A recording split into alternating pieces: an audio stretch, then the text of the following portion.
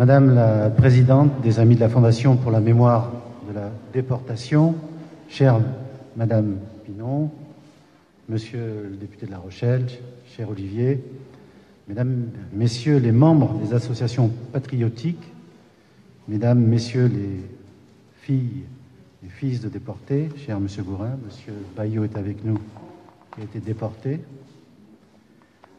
Madame la députée d'honneur, Monsieur le citoyen d'honneur de la ville de La Rochelle, Mesdames, Messieurs, mes chers amis, merci de votre présence pour l'inauguration de cette exposition intitulée Lutetia 1945, le retour des déportés. Je voudrais, Madame la Présidente, vous exprimer notre gratitude au nom du maire de La Rochelle et du conseil municipal pour ce devoir de mémoire.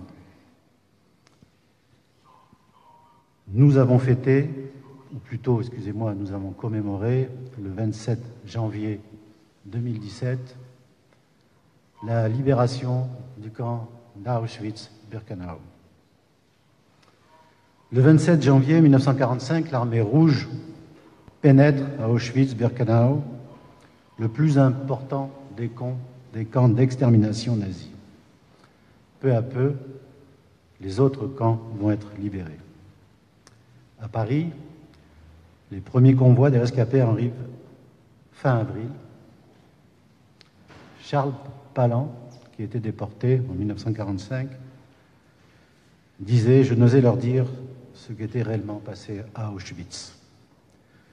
Comme tous ceux qui reviennent des camps, ils préfèrent se taire, plutôt que tuer l'espoir des familles qui attendent jour et nuit le retour d'un proche au centre d'accueil de l'hôtel Lutetia. Gisèle Guillemot dira « Notre deuxième vie a commencé dans ce lieu. Quand nous sommes rentrés, nous étions des matricules. Quand nous sommes sortis, nous étions revenus des citoyens. » Nous sommes rassemblés dans cette salle pour honorer à travers cette exposition la mémoire des victimes de la déportation et de ses survivants, et de leur retour en France par l'hôtel Lutetia. De transmettre aux jeunes générations l'horreur de cette idéologie mortifère qui renaît malheureusement de tous ses cendres. À chaque cérémonie que nous organisons, et à La Rochelle nous en organisons beaucoup, pas beaucoup mais suffisamment, 13 manifestations nationales, 10 associatives. À chaque manifestation, je me pose la même question. Comment trouver les mots justes pour décrire l'horreur des camps de la mort? Comment les hommes ont-ils pu laisser faire l'inacceptable? Et pourtant, il est important que ces mots soient dits pour que cette partie de notre histoire commune reste présente à nos esprits et nous éclaire pour agir, pour que nous puissions la transmettre à nos enfants. Alors les mots doivent être précis, nous permettre de rappeler les faits, même s'ils nous renvoient à la plus radicale des perversions, la négation de l'humanité en l'être humain. Treblinka, Mauthausen, Dachau, Bergen-Belsen, Buchenwald, Sobibor, Auschwitz-Birkenau sont des noms maudits. Sont des noms effroyables où des millions d'êtres humains ont été assassinés. Dans ces camps de peine, de malheur, de tristesse, des millions d'hommes et de femmes et d'enfants, dont la très grande majorité étaient juives, mais aussi de nombreuses personnes simplement coupables de leurs différences. Tziganes, homosexuels, prisonniers politiques, résistants, patriotes ont été assassinés, affamés, torturés, brisés et brûlés. Cela est difficile à entendre, mais c'est la vérité que nous devons préserver pour éviter qu'un tel génocide ne se reproduise. Ces mots douloureux, ces témoignages sont des perles rares que constituent les survivants. il faut les reprendre à notre compte, pour que jamais ces mots ne se perdent, pour que jamais la cruauté de la vérité ne s'atténue. La Shoah, la déportation, est le résultat de l'obsession antisémite d'Hitler, de ce qu'était pour lui, selon lui, le danger juif, mais aussi de l'indifférence et du silence. Les nazis se sont appuyés sur les technologies de communication pour ancrer leur idéologie raciste et antisémite dans les esprits. La conquête du pouvoir et la mainmise sur tous les moyens d'information et de propagande leur ont permis de légitimer leur projet de domination sur la hiérarchie des races et le déni de l'unité du genre humain. L'histoire de la Shoah et de la déportation nous rappelle à quel point il y a des mots qui tuent. Elie Wiesel disait « Le bourreau tue 2 fois. La première fois, quand il assassine, la seconde fois, quand on oublie la victime. » Il existe toujours des signes avant-coureurs de la tragédie, des discours qui s'affirment, d'autant plus haineux qu'ils restent sans réponse. Auschwitz incarne plus que tout la barbarie nazie. Ce système concentrationnaire fut l'instrument de la mise à mort programmée de centaines de milliers d'hommes et de femmes, à la fois camps de travail, camps de torture, camps de concentration, camps d'extermination. Toutes ces abominations avaient lieu au cœur de ces camps, constitués de blocs et de zones ayant chacun une propriété définie, du commandement à l'extermination, à la désinfection, aux fosses communes. Ces blocs, dont la seule évocation suffit à nous remplir de terreur, renfermaient les pires atrocités que le monde ait connues. Mais je ne veux pas être long, je finirai juste par une réflexion de Simone Veil qui dit « Venus de tous les continents, croyants et non-croyants, nous appartenons tous à la même planète, à la communauté des hommes. Nous devons tous être vigilants et la défendre, non seulement contre les forces de la nature qui la menacent, mais encore davantage contre la folie des hommes. » Merci de votre attention.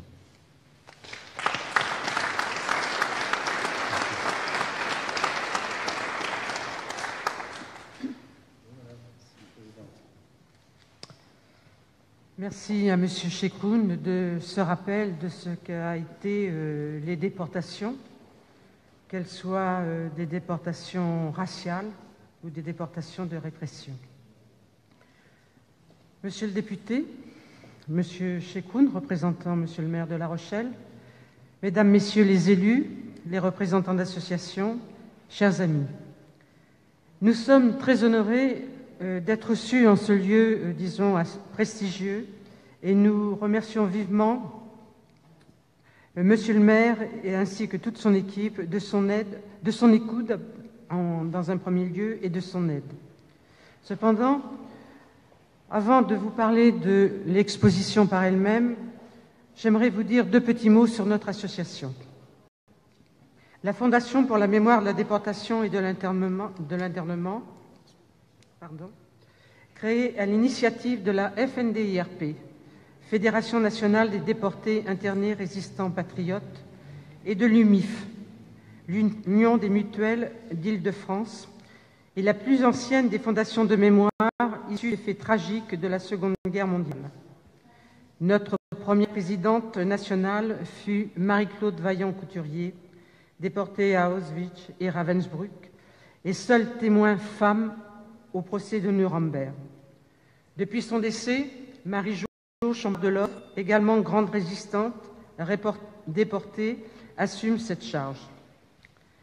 Les travaux de la Fondation pérennisent toutes les mémoires des personnes déportées dans les camps nazis ou dans les prisons du Reich, que ces mémoires soient celles de l'extermination des populations juives et tziganes, des répressions à l'encontre des résistants de l'intérieur ou de la France libre, otages, qu'ils soient communistes, sociodémocrates, syndicalistes, militaires, religieux, témoins de Jéhovah, républicains espagnols, internés sur notre territoire. À ce sujet, n'oublions pas que le premier grand convoi parti de France à destination du Reich fut celui d'Angoulême, le 20 août 1940, avec environ 2000 personnes, hommes, femmes et enfants, tous espagnols, à destination de Mauthausen. Arrivés à Mauthausen, les femmes et les enfants sont remis dans les wagons et retournent, devinez où, en Espagne. Restent seulement 989 hommes à Mauthausen. La Fondation a créé en 1996 une association, loi 1901, dénommée les Amis de la Fondation pour la mémoire de la déportation, association elle-même composée à ce jour de 78 délégations territoriales. Notre DT, c'est ainsi qu'on s'appelle entre nous, la DT 17, a été dans les toutes premières à adhérer à ce projet. Effectivement, il y a eu 20 ans, officiellement début février, que notre délégation de Charente-Maritime a été créée. Nos actions ont été nombreuses et sont toujours, disons, très actives. Journée d'information, implication active et principalement dans le CNRD, Concours national de la résistance et de la déportation, enregistrement de témoignages, expositions, recherches, principalement aux archives départementales et aussi locales, dépose de plaques et aussi bien d'autres choses encore. Ces délégations territoriales répondent aux travaux demandés par la Fondation et de ce fait, par exemple, comme l'exposition de ce jour conçue par la délégation de Paris, viennent enrichir le patrimoine culturel, car ne l'oublions pas, l'AFMD, Association de mémoire, est aussi une association culturelle et de plus a reçu l'agrément du ministère de l'Éducation nationale, de la jeunesse et des sports. Maintenant, je vais laisser parler Catherine Breton. Catherine Breton est la présidente de la délégation territoriale de Paris et qui est à l'initiative de l'exposition qui est dans cette pièce. L'exposition Lutetia 45, le retour des déportés, qui s'appuie sur plus d'une centaine de documents souvent inédits, a voulu rendre hommage non seulement aux déportés, disparus ou survivants, mais aussi aux familles qui ont tant attendu, majoritairement en vain, et aux nombreuses associations et nombreux bénévoles qui ont tant œuvré, en particulier au Lutetia. En 1945, la tâche du ministère des prisonniers de guerre, déportés et réfugiés, dirigé par Henri Freinet, n'est pas simple. Il lui incombe de rapatrier en priorité les militaires, environ 1 million de prisonniers, de rapatrier les volontaires ou involontaires du STO. Il lui incombe aussi de rapatrier les déportés, et dans ce cas, le nombre est inconnu. Et il ne faut pas oublier que la guerre n'est pas terminée et qu'après la capitulation allemande, alors selon comme on le veut, le 7, le 8 ou le 9 mai, la guerre continue quand même à l'Est et au Japon. L'exposition aborde les différents aspects posés par l'accueil de tous ces survivants. Les rapatriements étalés sur plusieurs semaines se font par tous les moyens de transport, en avion pour les plus malades et les personnalités, par wagons de chemin de fer, wagons voyageurs, wagons à bestiaux, mais cette fois ouverts, comme les survivants l'ont souvent souligné. Dans un premier temps, on prévoit de rapatrier tout le monde à la gare d'Orsay, mais rapidement, on s'aperçoit que les déportés posent problème, et pour cause. Outre le fait que depuis leur arrivée dans les camps, on leur a soustrait leurs papiers d'identité, ils n'étaient plus qu'un matricule. Ils sont malades physiquement et très souvent psychiquement. Certains reviennent avec comme seul vêtement leur pyjama rayé et parfois aussi la vermine sur eux. Comment l'hôtel Lutetia a-t-il été choisi comme lieu de rapatriement à Paris? Sous l'impulsion de 3 résistants, Marie-Hélène Lefaucheux, Maxime Bloch-Mascard et André Veil, le général de Gaulle a été interpellé et ainsi a réquisitionné l'hôtel Lutetia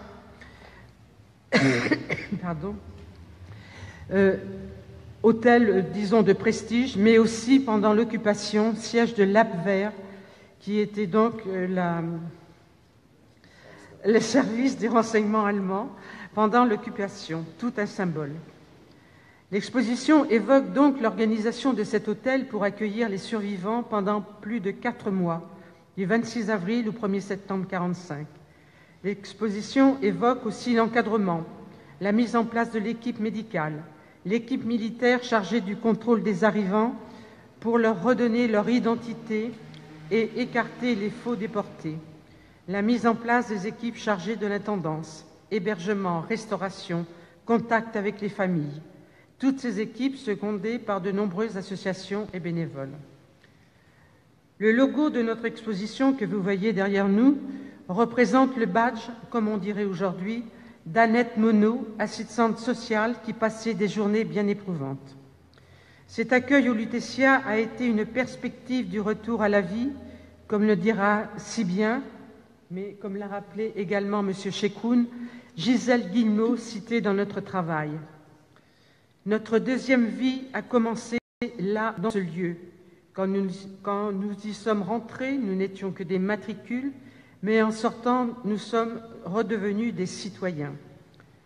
Si le Lutetia fut un lieu de retour à la vie pour les rescapés, il fut aussi celui de la prise de conscience de l'ampleur de la tragédie humaine par la population et surtout par les familles venues, du moins celles de la région parisienne, aux nouvelles, en attente de leurs proches. L'attente des familles, des témoignages de déportés ont révélé à tous une situation inédite dans l'histoire de l'humanité. La destruction à grande échelle, programmée, réalisée de l'homme par d'autres hommes. Une seconde partie de l'exposition est consacrée à l'accueil des survivants étrangers. Les enfants juifs rescapés du camp de Buchenwald, sauvés par les déportés français. Les Polonais et les républicains espagnols qui ne pouvaient rejoindre leur pays natal. Nous voulons rappeler ici que la France a été le pays d'Europe qui a accueilli le plus grand nombre de déportés étrangers. L'exposition évoque aussi l'accueil par la Suède de déportés, en particulier de Ravensbrück, accueil refusé par Marie-Claude Vaillant-Couturier et Adélaïde Haas-Hautval, qui sont restés au camp pour soigner les malades jusqu'à la fin du rapatriement. Une dernière partie évoque les centres d'accueil associatifs créés par d'anciens résistants, car oui, l'amitié, la solidarité nouée pendant la résistance vont se poursuivre pour accueillir, soigner, aider les déportés dans leur réinsertion.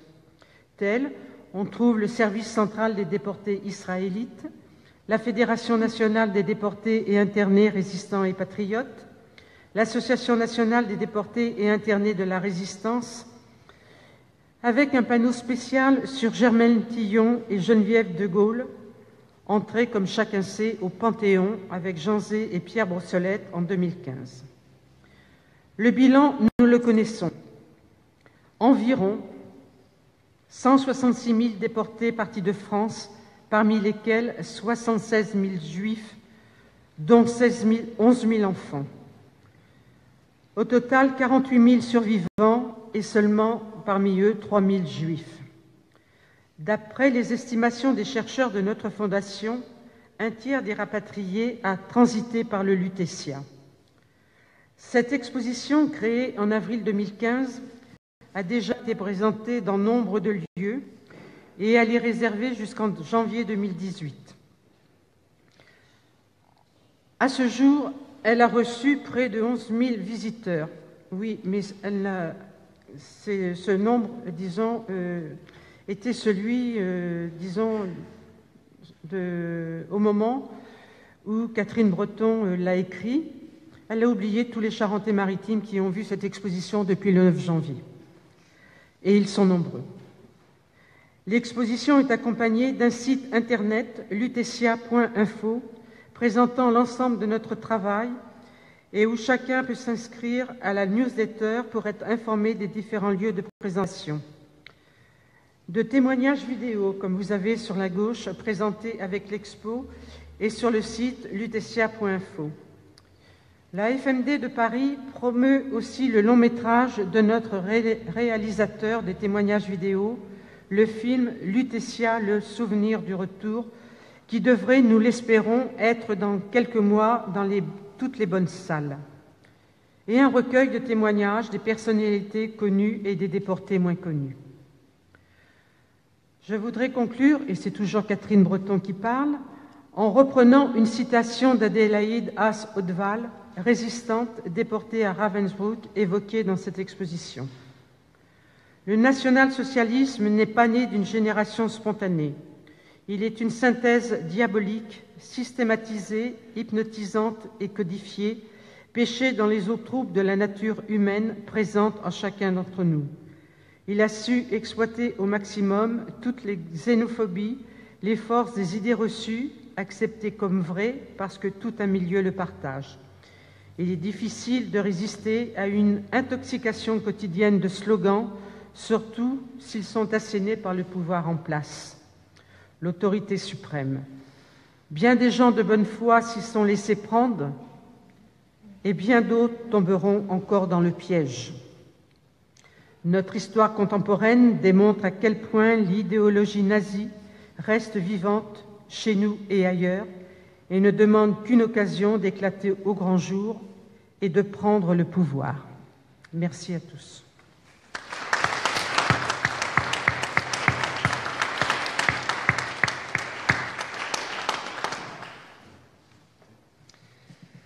Madame la Présidente, Monsieur l'élu représentant le maire de La Rochelle, Frédéric, Mesdames et Messieurs, c'est un moment d'émotion important qui nous réunit ce soir, ici, dans cette salle de l'Oratoire. Et je veux vous remercier, Madame, et remercier tous les membres de l'association d'avoir permis aux Charentais-Maritimes, dans l'ensemble de ce département, de ce long département, de ce vaste département, d'avoir pu accéder à cette exposition si importante. Vous y avez consacré beaucoup de temps, je le sais. La dernière étape se situe ici à La Rochelle et avec Frédéric, qui l'a remarquablement exprimé tout à l'heure, nous voulons vous dire combien nous sommes fiers d'accueillir cette exposition qui est plus qu'une exposition, qui est plus qu'un témoignage, qui est un moment de vie qui a marqué tant de Français à cette époque si difficile, un moment de vie qui était paradoxal, puisque, vous l'avez indiqué, c'était pour un certain nombre de déportés qui revenaient de l'horreur un retour à l'existence, mais ce fut aussi, pour de nombreuses familles, trop nombreuses, la fin d'une espérance. La fin d'une espérance, celle de revoir rentrer leurs maris, leurs femmes, leurs enfants, leurs proches. Et c'était tout le paradoxe de ces moments particuliers. Dans cet hôtel Lutetia, effectivement, qui a été en occupation, un lieu symbole de cette occupation barbare dans le Paris occupé. Et ce moment-là fut un moment particulièrement douloureux, parce que même ceux qui rentraient étaient marqués par l'horreur qu'ils avaient subie, et aussi marqués par le désespoir de tous ceux qui attendaient de voir revenir leurs proches, qui regardaient les listes et qui ne voyaient pas l'être cher qu'ils avaient tant attendu. Alors, je crois qu'il est effectivement particulièrement important de se rappeler, parce que c'est vrai que la période qui a succédé à la libération des camps n'a pas forcément tout de suite révélé la réalité de ce qu'avaient vécu les déportés. Et je le fais en votre présence, monsieur, tant vous avez œuvré justement pour que l'indicible soit connu. Et il est toujours extrêmement difficile de mettre des mots sur l'indicible. Et je sais que beaucoup d'hommes et de femmes, comme vous, monsieur, lorsqu'ils ont été libérés, n'ont pas pu tout de suite parler, n'ont pas pu tout de suite exprimer ce qu'ils avaient vécu. Parfois, je le sais, par peur de ne pas être crus. Par peur aussi de ne pas rajouter de l'horreur à l'horreur. Et puis, au fil du temps, dans une France probablement trop préoccupée par sa reconstruction, et ne voulant pas, et je le dis toujours, ouvrir les yeux sur la réalité de la déportation, et le rôle de la France, de l'État français dans cette déportation, qu'a reconnu à juste raison le président de la République Jacques Chirac en 1995. Pour toutes ces raisons, il a fallu du temps pour savoir. Mais avec un courage considérable, un grand nombre de déportés a décidé de parler, a décidé de transmettre, et beaucoup sont allés particulièrement dans les établissements scolaires. Je sais que vous l'avez fait et que vous le faites, et en tant qu'ancien enseignant, en tant qu'enseignant tout court, j'ai pu mesurer, ayant permis aussi l'expression de ces témoignages dans certaines classes, combien rien ne remplace à un cours le témoignage humain de ceux qui, pendant tant d'années, n'ont plus été considérés comme des humains, mais comme des numéros. Alors, mesdames et messieurs, aujourd'hui, nous ne sommes pas uniquement dans un exercice de mémoire. Nous sommes ici, aujourd'hui, dans une affirmation citoyenne. Vous l'avez dit, Madame la Présidente, l'histoire ne se répète jamais, mais parfois elle bégaye. Et le ventre de la bête immonde reste toujours fécond. Alors, grâce à cette exposition, grâce à votre engagement, grâce à votre travail au quotidien, eh bien, vous répondez à la citation qu'a fait Frédéric Chekroun tout à l'heure, que j'ai trouvée magnifique, celle d'Elie Wiesel, comme quoi les bourreaux tuent 2 fois. Eh bien, grâce à vous, grâce à tout ce que vous faites, les bourreaux ne pourront pas tuer 2 fois. Parce que nous n'oublierons pas tous ces déportés. Et grâce à vous, grâce à tous ceux qui ont témoigné, qui témoigneront et qui transmettront le jour où ils ne seront plus là, à travers leurs écrits, à travers leurs témoignages vidéo, eh bien, nous serons peut-être un peu plus certains de ne pas voir se reproduire l'abomination qu'a connue notre monde, notre civilisation, et j'utilise à dessein le mot civilisation, qui à un moment a connu l'extermination d'humains par les nazis. Alors, Madame, Messieurs, je veux vous remercier du fond du cœur pour votre action, pour cette formidable exposition, et je souhaite que longtemps encore, ce travail de mémoire puisse perdurer, et tout particulièrement dans notre beau département de la Charente-Maritime. Merci.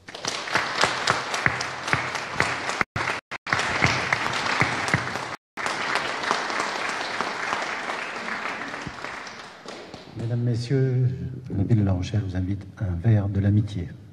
Juste derrière.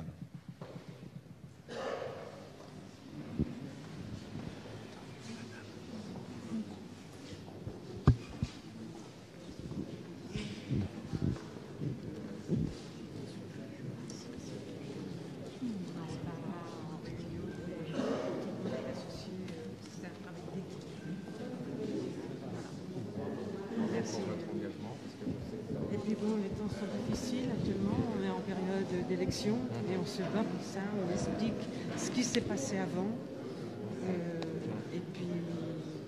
peu les parallèles. Voilà, ça on l'explique et voilà, merci pour tout ça. J'ai reçu tout le monde. Oui, c'est sûr. C'est très dur pour tout le monde. Oui, oui. Voilà, tous quelqu'un. Et les élèves, pour accompagner M.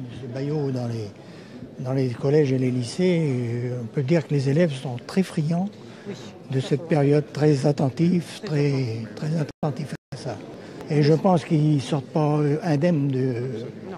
Je l'ai vécu comme enseignant. Il y a une graine qui est semée quand même. Il y a une graine. Et je Ouais. dois vous dire que cet après-midi, il y a quelque chose qui m'a beaucoup frappée.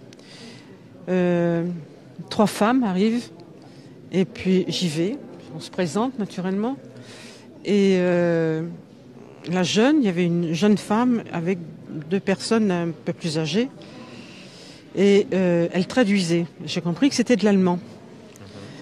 Alors, je lui dis, vous traduisez de l'allemand? Elle me dit, oui, oui, oui. Et puis, on continue encore à parler quelques minutes. Et en fin de compte, c'était la mère, c'était la fille allemande, sa mère et une autre personne. Et on a parlé de cette période-là. Voilà. Et je dois dire que ce qu'on savait déjà, là, elle l'a confirmé, le fait qu'en Allemagne, les élèves sont plus en avance que nous, au point de vue éducation nationale, dans le devoir de mémoire. Parce que cette jeune fille, qui avait peut-être une vingtaine d'années, avait déjà visité 2 camps. Et qu'en France, on ne le fait pas. Voilà. On avait été au Struthof, on a été visiter la chambre à gaz du Struthof. C'est une petite chambre à gaz au Struthof. Oui. Pardon. J'ai eu l'occasion d'aller, je vois un car arriver, un car allemand. Alors j'ai eu l'occasion d'aller voir le chauffeur qui parlait un peu français, et je lui pose la question, je lui dis, bon, vous êtes allemand, vous venez visiter ça, enfin, etc., de manière à savoir un petit peu son comportement. Et il m'a répondu, monsieur, en Allemagne, les élèves de 3e, c'est obligatoire, doivent visiter un camp de concentration. Obligatoire. Ce que la jeune fille m'a confirmé tout à l'heure. En France, on est loin du compte. Agréablement surprise. Oh. Elles sont restées ici au moins une demi-heure. Elles ont regardé les panneaux. Naturellement, elles ne parlaient pas le français. La jeune fille traduisait. Bon, je leur ai dit qu'elle n'était pas responsable. Elle n'était pas responsable, quoi, voilà. Et qu'on ne savait pas, nous, ce qu'on aurait pu faire à l'époque, ou si ça se produisait, ce que l'on ferait. Et franchement, j'ai trouvé ça extraordinaire. Voilà. Et des témoins, tous les gens qui viennent, ce sont des témoignages positifs et voilà. On n'a que ça et énormément de questions. On a même été satisfait de trouver des familles, des personnes ont retrouvé des déportés dans nos mémoriaux là. On a nos 4 de mémoriaux. Bon, voilà, on en a retrouvé. Ils sont partis, il a fallu faire des photocopies avec l'histoire du convoi. Et ils ne connaissaient pas, enfin, ils savaient qu'ils avaient été déportés, ils ne connaissaient pas.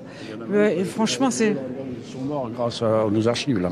Oui, alors ça concerne la première adjointe du château d'Oléron. Elle savait qu'elle avait un oncle ou un cousin qui était religieux d'ailleurs, qui était mort en camp, on ne savait pas où. Puis ça s'était, disons, dans la famille, on n'en parlait plus, quoi.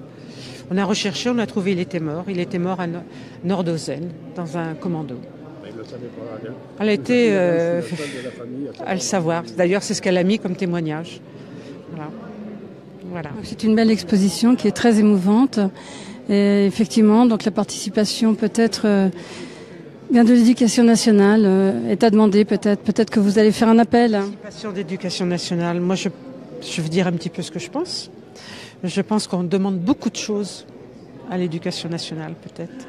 Et principalement sur le devoir de mémoire. Parce qu'on les fait travailler sur 14-18, on les fait travailler sur autre chose. Bon, après, on va les faire travailler, ce qui est très bien aussi, sur la citoyenneté, sur tout ça. Bon, je pense que ça vient en dehors des cours, ça, quand même. Je pense, si vous confirmez. Donc, voilà. Donc, avec aussi des démarches personnelles, peut-être. Oui, il y a beaucoup de démarches personnelles et dans nos expositions, on a eu beaucoup d'élèves qui font le concours cette année à venir et prendre des notes et voilà. Non, il y a beaucoup de démarches personnelles de la part des élèves aussi. Mais c'est quand même un travail quand même assez considérable. Voilà. Et là, le concours Merci. de la résistance, il se passe Oui, je crois qu'il faudrait demander à Nicole Pou. Si elle veut vous en parler, oui, elle est là. Oui. Elle pourrait vous en parler un petit peu plus. Mais il y a plus d'établissements que l'année dernière d'inscrits pour cette année. Hein.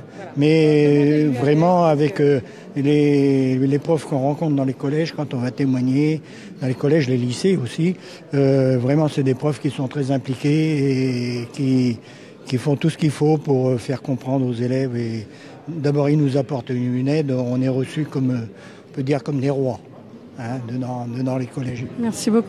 Merci, monsieur.